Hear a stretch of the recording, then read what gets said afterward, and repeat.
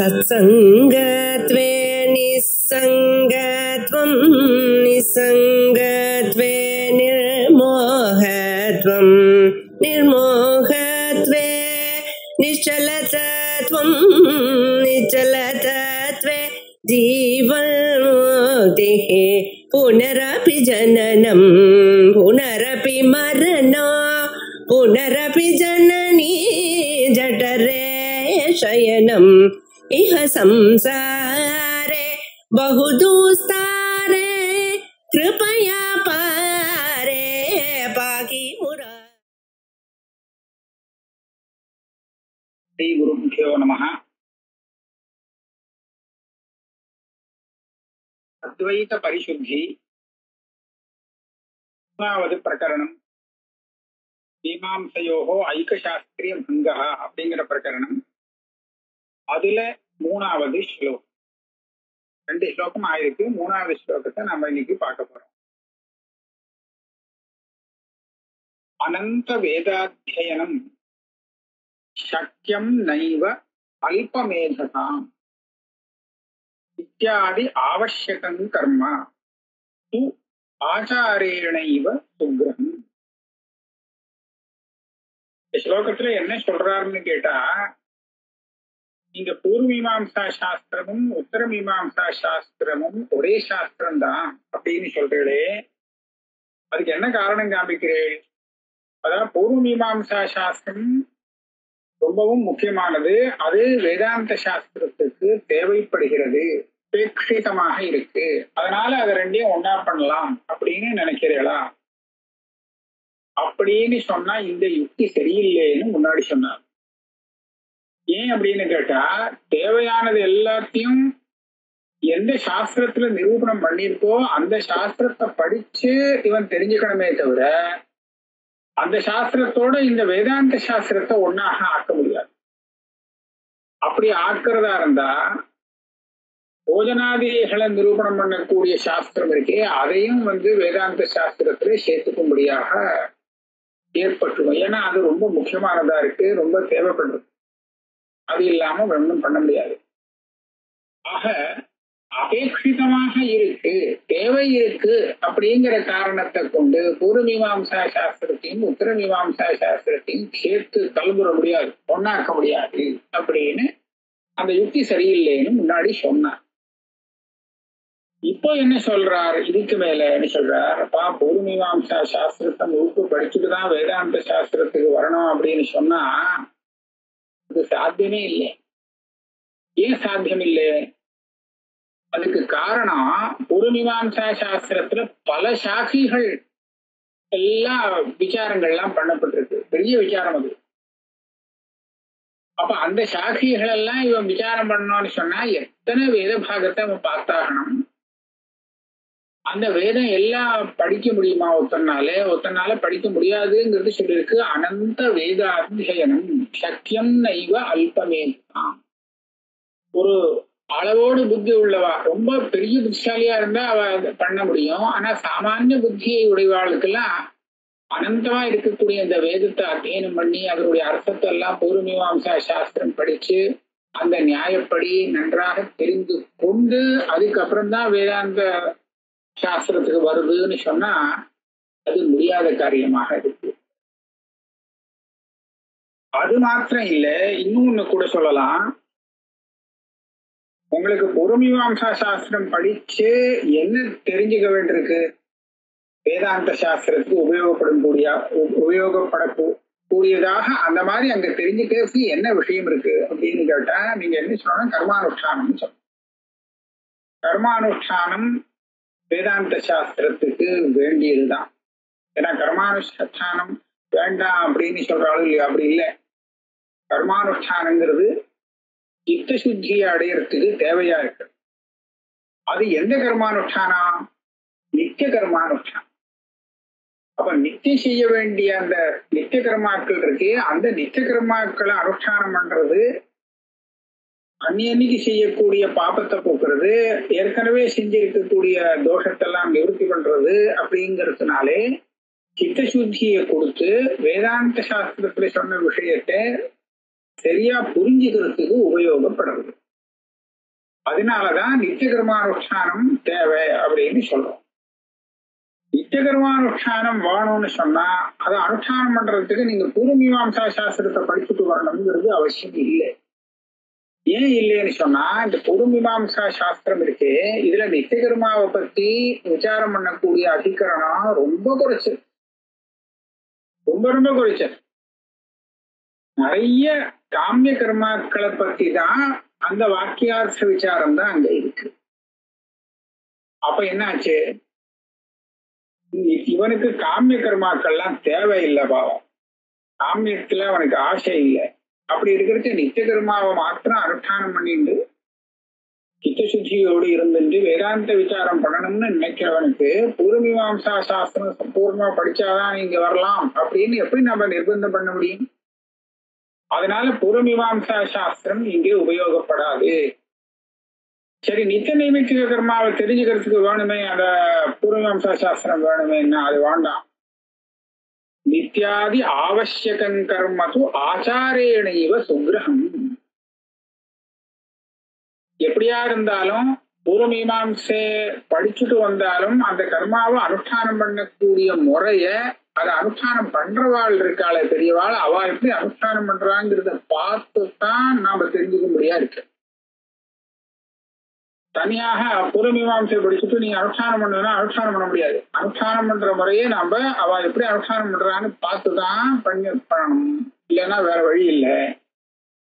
அப்படி இருக்கிறச்ச பெரியவாள்லாம் நித்திய நைமித்திய கர்மாவை அனுஷ்டானம் பண்ணிட்டு இருக்கிறத பார்த்தே நாம அனுஷ்டானம் பண்ணிடலாமே.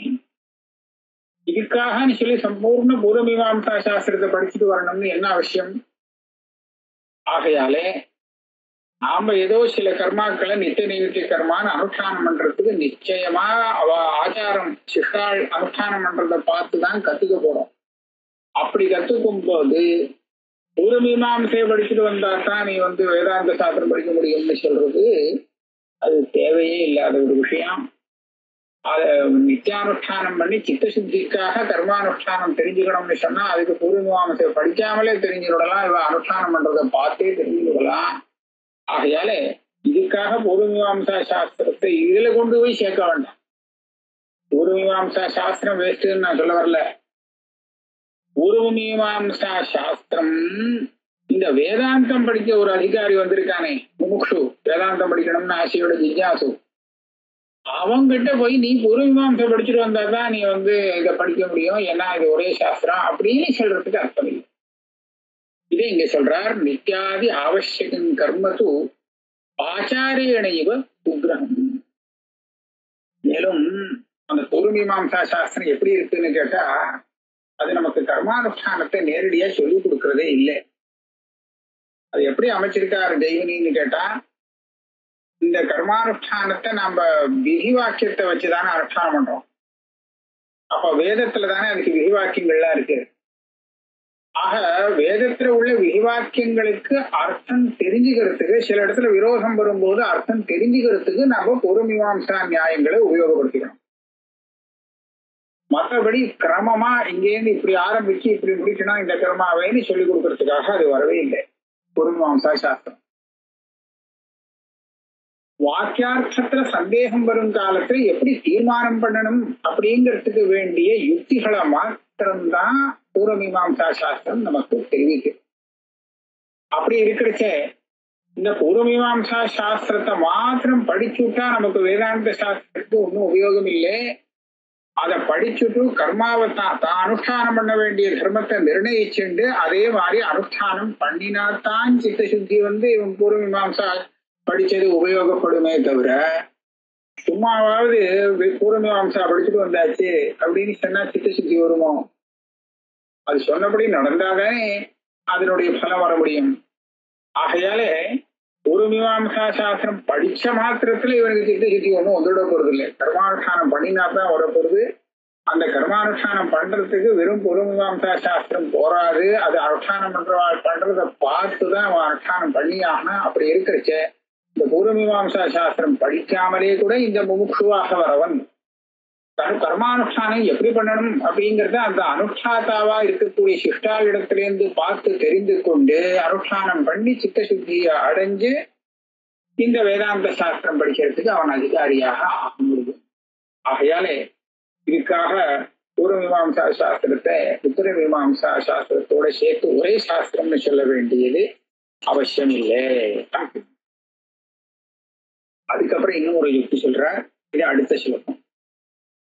யச்சோபயோகி நிஷ்காமம் பிராயः பூர்வே ந சிந்திதம் யாஜ்ஞிகாச்சரணைரேவ ஞேயத்வாச்ச அந்நிய கர்மணாம்.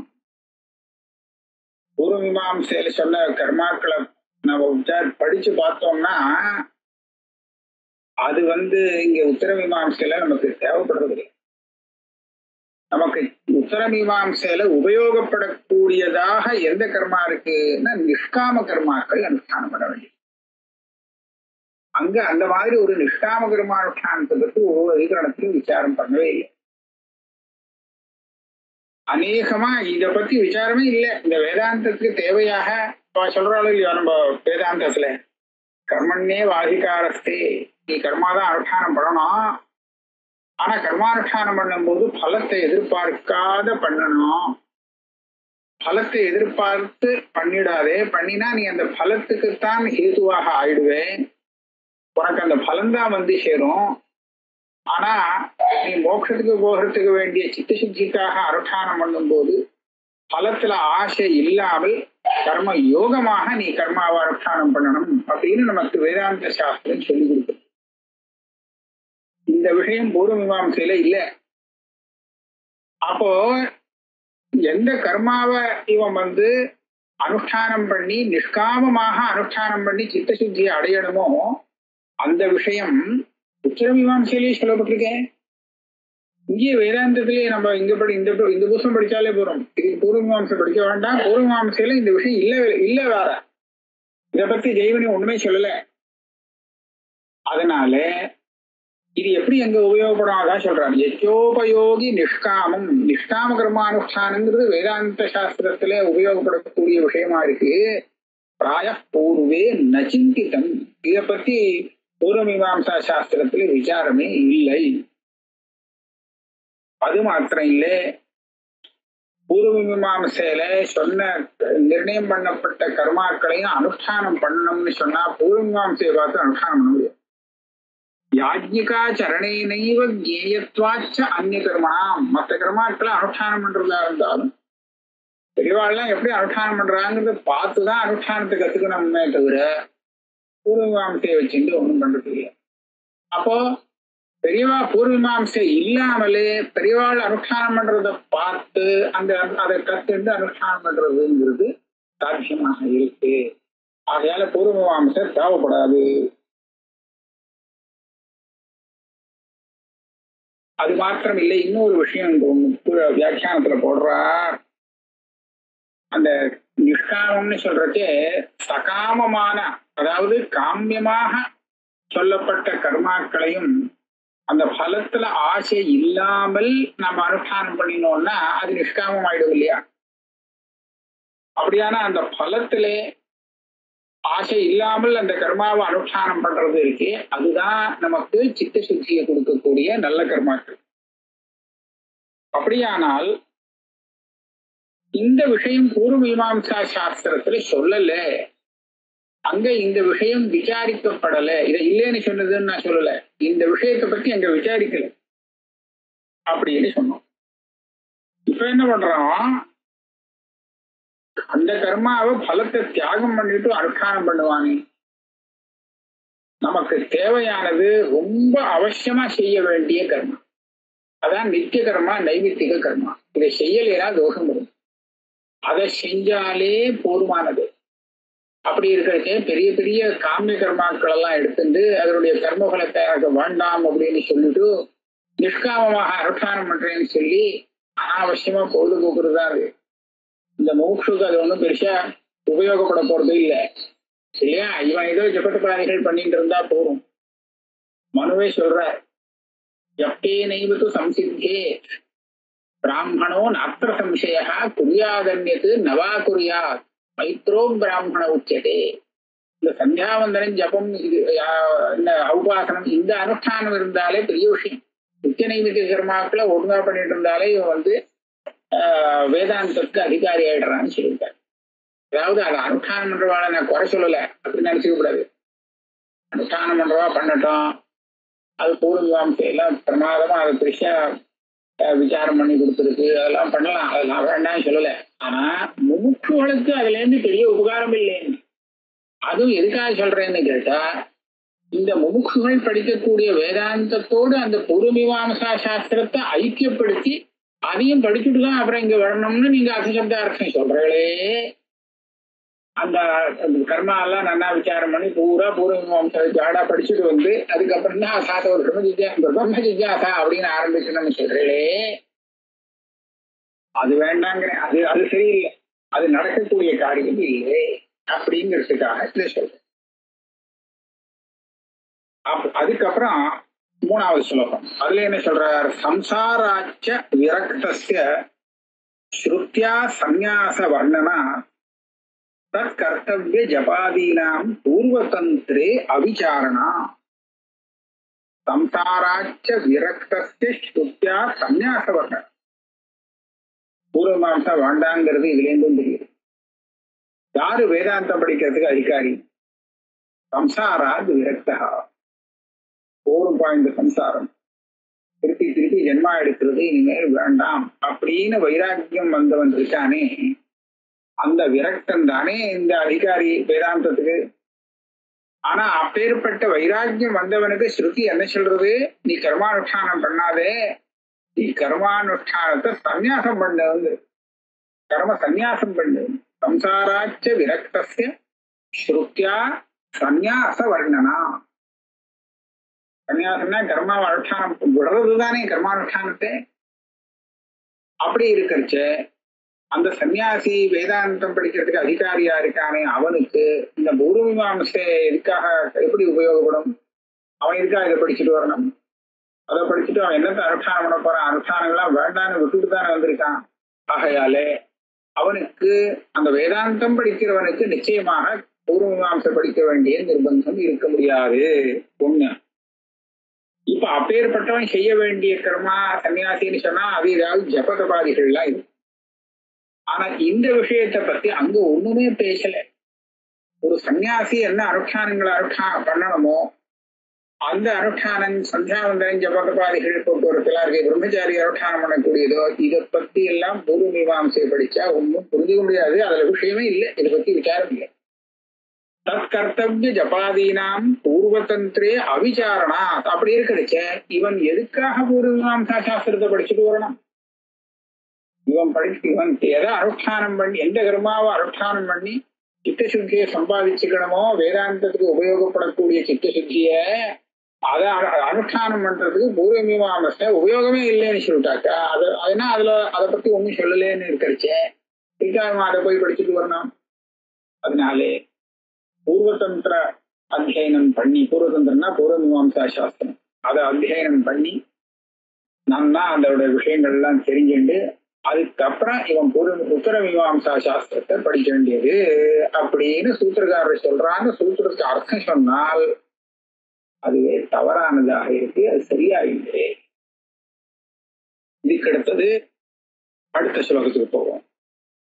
தேகாத்மா தியாச விரகாத் விதுஷாம் நாதிகாரிதா பரகாய பிரவேசாதேஹே நதத் தாதாத்மிய சத்தியதா. இன்னொன்னு, ஒரு சமயம் இவனுக்கு வேதாந்தம் படிச்சு அந்த ஞானம் வந்துடுத்துன்னு சொன்னால் அப்ப இவனுக்கு கர்மாதிகாரம் போயிடுறது. எப்படி கர்மாதிகாரம் போயிடுறது அப்படின்னு சொன்னா, கர்மாவை விதிக்கும் விதிவாக்கியங்கள்ல யார குறித்து அந்த கர்மாவை அனுஷ்டானம் பண்ணிருக்கு, விதிச்சிருக்கு, அதாவது யாரு அந்த கர்மாவுக்கு அதிகாரின்னு சாஸ்திரம் சொல்றதுன்னு கேட்டா, சில கர்மாக்கள் பிராமணனுக்குன்னு விதிக்கப்படுறது, கத்திரியனுக்குன்னு விதிக்கப்படுறது, அந்த மாதிரி எல்லாம் இருக்கு. அப்போ பிராமணன் அப்படிங்கிறத தெரிஞ்சுட்டு நான் பிராமணன் தான் அப்படின்னு எவன் தெரிஞ்சுட்டு இருக்கானோ அவனுக்கு கர்மாதிகாரம் வரும். இப்ப இந்த ஆத்மாவை தெரிஞ்சின்றவன் இருக்கானே அவனுக்கு இந்த பிராமணியன் சரீரத்தை சேர்ந்தது ஆத்மாவை சேர்ந்தது இல்லை அப்படிங்கிறது தெரிஞ்சதுனாலே அவன் தன்னை ஆத்மான்னு நினைக்க முடியாது. இப்ப யாரு பிராமணன்னு தன்னை நினைச்சுக்குவான் அப்படின்னு கேட்டா, எவனுக்கு சரீரத்தையும் ஆத்மாவையும் விவேச்சனம் பண்ணக்கூடிய சக்தி இல்லையோ, ரெண்டும் கலந்து தெரிஞ்சுட்டு இருக்கோ, அவன் தான் தன்னை பிராமணன்னு ஒத்துப்பான். சரீரம் வேறு ஆத்மா வேறுன்னு பிரிச்சு தெரிஞ்சின்ற ஞானி இருக்கானே அவனுக்கு சரீரத்தினுடைய பிராமணியம் தன்னோட சம்பந்தப்பட்டதாக தெரியாது, ஆத்மாவோட சம்பந்தப்பட்டதே இல்லை. அது மாத்திரம் இல்லை, இவன் எந்த ஆத்மஸ்வரூபத்தை தெரிஞ்சுட்டு இருக்கானோ இந்த ஆத்மஸ்வரூபத்தை தெரிஞ்சுட்டாச்சுன்னா அதுக்கு மேல இவனுக்கு கர்ம பிரவருத்திங்கிறது வராது, நின்றுடும். ஏன்னா எதுக்காக அனுஷ்டானம் பண்றேங்கிறது யோசிக்கணும் இல்லையோ, இந்த அனுஷ்டானத்தால நமக்கு என்ன லாபம்னு கேட்பானோ இல்லையோ. பிரயோஜனம் அனுத்திய ந மந்தோபி பிரவர்த்ததே. ஒரு சின்ன காரியமா இருந்தாலும் அந்த காரியத்தை செய்யணும்னா அதுல இருந்து தனக்கு ஒரு லாபம் இருக்கா இல்லையான்னு பார்த்துட்டு யோசிச்சுதான் பிரவர்த்திப்பான், அங்கனா இருந்தா கூட. அப்ப இந்த தியானியானவன் பிரயோஜனம் இல்லாமலே காரியத்தை செஞ்சுட்டு இருப்பனா, கர்மானுஷ்டானம் பண்ணுவனா அப்படின்னு கேள்வி. அது மாத்திரம் இல்லை, பிரயோஜனத்தை அதுல இருந்து வரக்கூடிய பிரயோஜனத்தை எனக்கு வேண்டாம்னு நினைக்கிறவன் எப்படி இந்த கர்மானுஷ்டானத்துல பிரவர்த்திப்பான். அதனால இவனுக்கு தன் அதிகாரியாகவே இவனை எடுத்துக்க முடியாது, கர்மாதிகாரியாகவே எடுத்துக்க முடியாது. ஏன்னா இவன் ஆத்மஸ்வரூபத்தை தேகத்திலேருந்து பிரிச்சு பிராமணத்துவாதி அத்தியாசம் இல்லாததாக பார்க்கறான். இப்படி பார்க்கிறவன் தன்னை பிராமணன் அப்படிங்கிற நிர்ணயம் இல்லாததுனாலே அவன் கர்மாதிகாரி ஆக மாட்டான். இன்னொன்னு பரகாய பிரவேசாதேர் ந தாதாத்மிய சத்தியதா. அப்ப யாரு இந்த கர்மா விதிகளுக்கெல்லாம் அதிகாரி ஆகிறான் அப்படின்னு சொன்னா எவனுக்கு தேசத்திலே தாதாத்மியாத்தியாசம்ங்கிறது இருக்கோ அவன் தான் அதிகாரி. தாதாத்மிய அத்தியாசான்னு ஈஸ்வரன் தாதாத்மியமே நிஜமாவே இருக்குன்னு சொல்லக்கூடாதா அப்படின்னு கேட்டா சொல்ல முடியாது. இந்த தேகமும் ஆத்மாவும் வேறையாத்தான் இருந்தாங்கன்னா இது ரெண்டுக்கும் தாதாத்மியம் இருக்கிறதுங்கிறது நிஜமான தாதாத்மியம் இருக்க முடியாது. ஏன் அப்படின்னு கேட்டா, இந்த தேகம் பிறந்து ஒரு குறிப்பிட்ட காலம் இருந்துட்டு அதுக்கப்புறம் மடிஞ்சு விடுறது, இது விநாசத்தை அடைஞ்சு விடுறது. ஆனா ஆத்மா இந்த தேகம் போச்சுன்னா அதோட நிக்கிறதுல அடுத்த தேகத்தை பிடிச்சு விடுறது. இதுதான் பர காய பிரவேசம், அடுத்த சரீரத்தை பிரவேசம் பண்ணிடுறது, அடுத்த ஜென்மாவை எடுத்து விடுறது ஆத்மா. அப்ப இந்த சரீரம் போச்சு, வேற சரீரம் வந்தது, ஒண்ணு போச்சு இன்னொன்னு வந்தது. அப்படின்னா எது போச்சோ அது நான் இல்லைன்னு சொல்லணும் இல்லையா, ஆத்மா இல்லையே. சரீரம் விநாசத்தை அடைகிறது, ஆனா ஆத்மா விநாசத்தை அடையாமல் இந்த சரீரம் போனாலும் வேறொரு சரீரத்தை பிடித்து கொண்டு இன்னொரு ஜென்மாவை எடுத்து விடுறது அப்படின்னு சொன்னா ஆத்மாவும் சரீரமும் எப்படி ஒன்னாக இருக்க முடியும்? ஆகையால என்ன தெரியுதுன்னு கேட்டா, சரீரத்துக்கும் ஆத்மாவுக்கும் தாதாத்மியம் நிஜமாக கிடையாது, நிஜமா தாதாத்மியம் இல்லை. அப்ப நிஜமா இல்லைன்னு சொன்னா பொய்யான தாதாத்மியம் தான் இருக்க வேண்டும். அதுவும் ஜான்சி, அதுதான் அத்தியாசம்னு நம்ம சொல்றோம். அத்தியாசத்தினால வரக்கூடியது. இந்த இடத்துல இந்த சில பேர் சொல்றாளாம், விதுஷாம் அப்படி சர்வகர்ம சந்நியாசோ நாஸ்தியேவ. ஆத்ம ஜானம் வந்தவர்களுக்கு கூட சர்வகர்ம சந்நியாசங்கிறது கிடையாது. அதாவது சில கர்ம சந்நியாசம் இருக்கு, மொத்த கர்மாவையும் அவ விட்டுடுறதுங்கிறது இல்லை.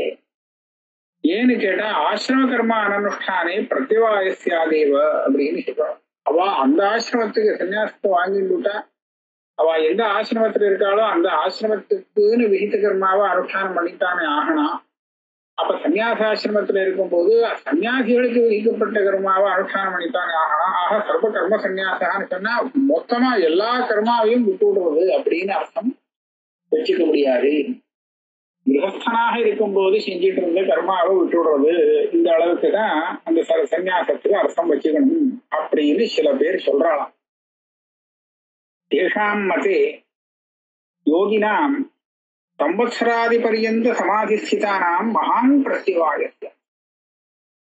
இவ சொல்ற பட்சத்துல என்ன ஆகும்னு கேட்டா எப்படி ஆயிடுறது, இந்த சந்நியாசாசிரமத்துல விதிக்கப்பட்ட ஜபாதி கர்மாக்களை அனுஷ்டானம் பண்ணலைன்னா அந்த சன்னியாசிக்கு தோஷம் வரும்.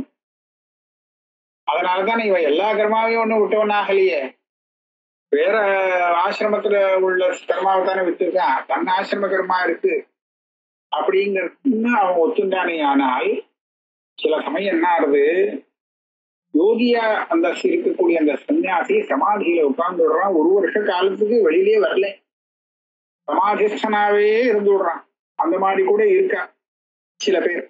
சம்வத்சராதி பரியந்தம் சமாதிஸ்திதானா, வருஷ கணக்குல அவ பாட்டுக்கு சமாதியில உட்கார்ந்து விடுவா, எழுந்திருக்கவே மாட்டான். அந்த மாதிரி எல்லாம் இருக்கு. அப்படி இருக்கிறவாளுக்கு பிரதிவாயம் வந்துடும். ஏன் பிரதிவாயம் வரும் அப்படின்னு கேட்டா, பெரிய பிரதிவாயம். எத்தனை ஒரு வருஷ காலத்துக்கு ஒன்னும் அனுஷ்டானம் இல்லை, சன்னியாசாசிரமத்துல பண்ண வேண்டிய எல்லாம் விட்டு போச்சு. அப்ப பெரிய தோஷம்னா வரும் இந்த யோகிகளுக்கு. ஒத்துக்க முடியுமா? அத ஒத்துக்க முடியாது. ஏன் முடியாது? அதுக்கு என்ன பதில்? இந்த சமாதியில இருக்கிறது அவனுக்கு தேக ஞாபகமே இல்லையே. ஆக தேகத்தோடு அவனுக்கு ஐக்கியாத்தியாசம் இருந்தா தானே அவன் அந்த கர்மானுஷ்டானத்துக்கு அதிகாரி. கர்மானுஷ்டானத்துக்கு அதிகாரம் இருந்து அந்த கர்மானுஷ்டானத்தை பண்ணாம விட்டால் தானே அவனுக்கு தோஷம் வர முடியும். ஆக சமாதியில இருக்கும்போது அந்த கர்மானுஷ்டானத்தை பண்ணக்கூடிய அதிகாரம் தனக்கு இருக்கிறதாக அவன் நினைக்க முடியாது. ஏன்னா சரீரத்தோடு அவனுக்கு தாதாத்மியங்கிற சம்பந்தம் அப்ப இருக்கிறது இல்லை. ஏன்னா அந்த தாண்டி வெளியில வந்துட்டாமா.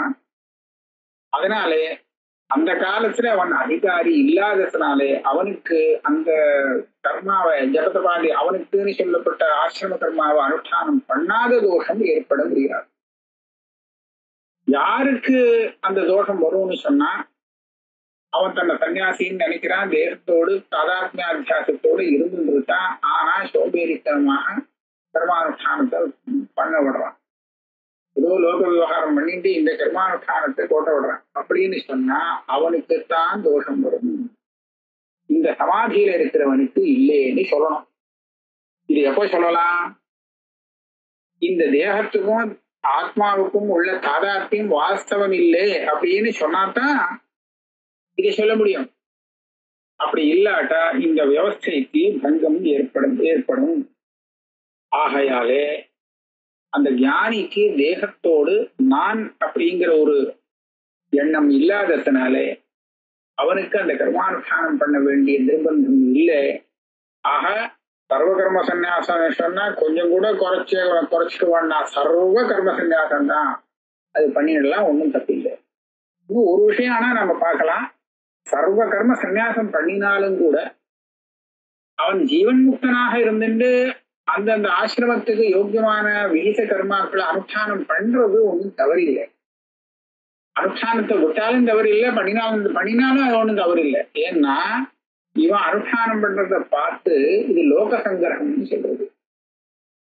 இவரே பெரியவர் அனுஷ்டானம் பண்றாரு, அப்ப நாமளும் கத்துக்கணும்னு ஸ்ரத்தையோடு பல பேர் தன் கர்மானுஷ்டானத்துல பிரவர்த்திக்கிறதுக்கு அது உதவும்.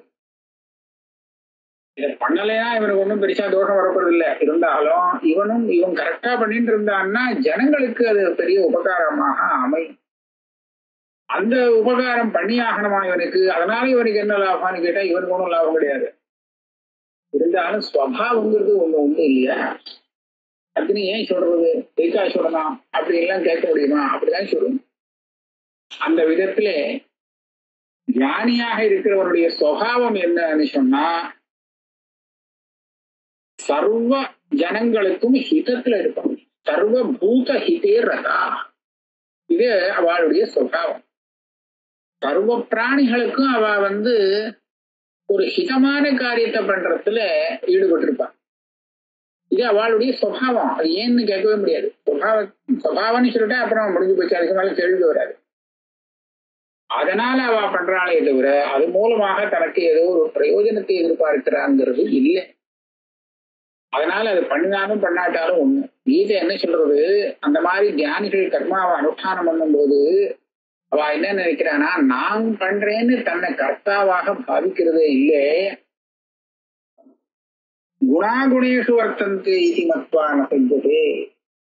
இந்த இந்திரியங்கள் சரீரம் இதுதானே வேலை செய்யறது, மனசு இதெல்லாம் தானே வேலை செஞ்சுட்டு இருக்கு. அது எல்லாமே அந்த 3 குணமான அந்த மாயா காரியங்கள் தானே, அது ஏதோ வேலை செஞ்சுட்டு இருக்கு அப்படின்னு சொல்லி இவன் பாட்டுக்கு அதுல ஆசக்தி இல்லாம இருந்து விடுறான், அசங்கமாக இருந்து விடுறான்னு சொல்றது.